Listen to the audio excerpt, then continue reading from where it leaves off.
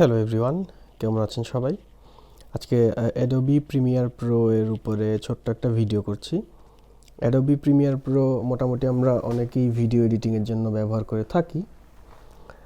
Video এডিটিংয়ের জন্য এটা অনেক পপুলার একটা সফটওয়্যার। তো এই অ্যাডোবি প্রিমিয়ার প্রো 2021-এ এই নতুন ভার্সনে আমি একটা সমস্যা ফেস করছি। সমস্যাটা হলো, আমি যখন কোনো একটা ভিডিও এডিট করতে চাই এবং ভিডিওর ফরম্যাটটা যদি এমকেভি থাকে, যেমন এখানে দেখতে পাচ্ছেন, তো আমি ভিডিওটা একটু চালাই।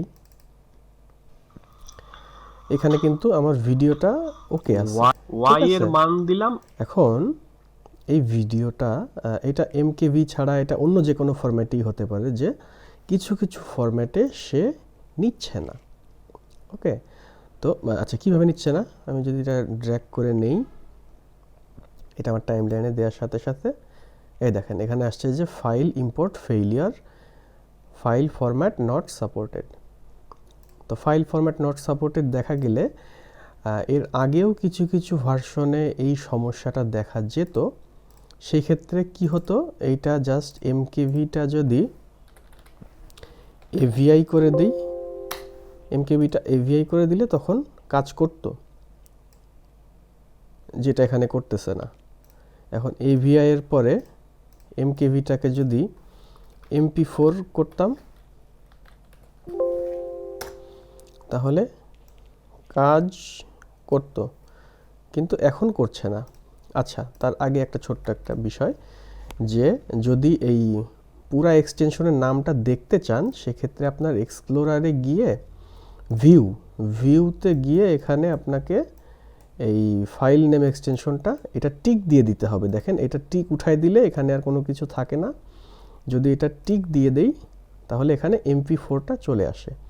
যে এক্সটেনশন নেম করার ক্ষেত্রে এটা না থাকলে তখন কিন্তু রিনেম করার জন্য আর MP4 লেখা যেত না। এনিওয়েজ, আমি ধরে নিচ্ছি যে আপনারা এটা অলরেডি জানেন, এটা খুবই সহজ একটা কমন একটা বিষয়।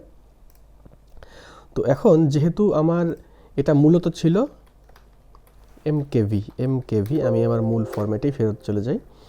এখন এই এমকেভি থেকে আমার টাইম লাইনে যেহেতু নেওয়া যাচ্ছে না, সেক্ষেত্রে আমি কি করতে পারি? তো একটা চমৎকার একটা সলিউশন আছে, সেটা হচ্ছে গিয়ে হ্যান্ড ব্রেক নামে একটা সফটওয়্যার আছে। আপনি ব্রাউজারে হ্যান্ড ব্রেক লিখে সার্চ দিলে একটা ফ্রি একটা সফটওয়্যার পাবেন, handbrake.fr থেকে আপনি এটা ফ্রি ডাউনলোড করে নিতে পারবেন। তো এটা আমার কাছে ডাউনলোড এবং ইনস্টল করা আছে। আমি ধরে নিচ্ছি যে এটা আপনার ডাউনলোড ইনস্টল করা অনেক সহজ, এটা আপনারা অবশ্যই পারবেন। উইন্ডোজের জন্য যেটা সাইজ 12.4 মেগাবাইট। তো হ্যান্ড ব্রেক দিয়ে কিভাবে আমরা এই ফাইলটা প্রিমিয়ার প্রোতে ব্যবহার উপযোগী করতে পারি, তো চলুন আমরা হ্যান্ড ব্রেকটা ওপেন করলাম। ওপেন করে এই ফাইলটা এখানে ড্র্যাগ করলাম।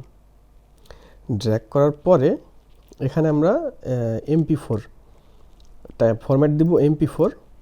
একটা বিষয় খেয়াল রাখবেন যে এখানে MP4 দিলেও সেভ অ্যাজ কিন্তু M4V হয়ে যাচ্ছে, যেটা কোনো বিষয় না, আমি দেখাচ্ছি একটু পরে। এখানে শুধু আমরা ভিডিওতে গিয়ে আমরা ফ্রেম রেটটা 29.97 করে দেবো, যেটা আমাদের প্রিমিয়ার প্রো প্রজেক্টে অনেক সময় দেয়া থাকে, বাট এটা যদিও বা অতটা জরুরি না, বাট এটা দিলে ইটস ওকে। তো এখন আমরা কোথায় সেভ করব? আমরা এটা সেভ করব আমাদের ডেস্কটপে। তো এটা আমরা আমাদের ডেস্কটপে আমরা সেভ করি। এখানে সেভ দিলাম, স্টার্ট করলাম। এই দেখেন আমার এখানে কাজ শুরু হয়ে গিয়েছে। এটা 100% হলে, এই বারটা ফুল হয়ে গেলে কাজ শেষ হবে আর কি। তো ততক্ষণ পর্যন্ত আমরা অপেক্ষা করি। তো আমার এই কনভার্সনটা শেষ হয়েছে।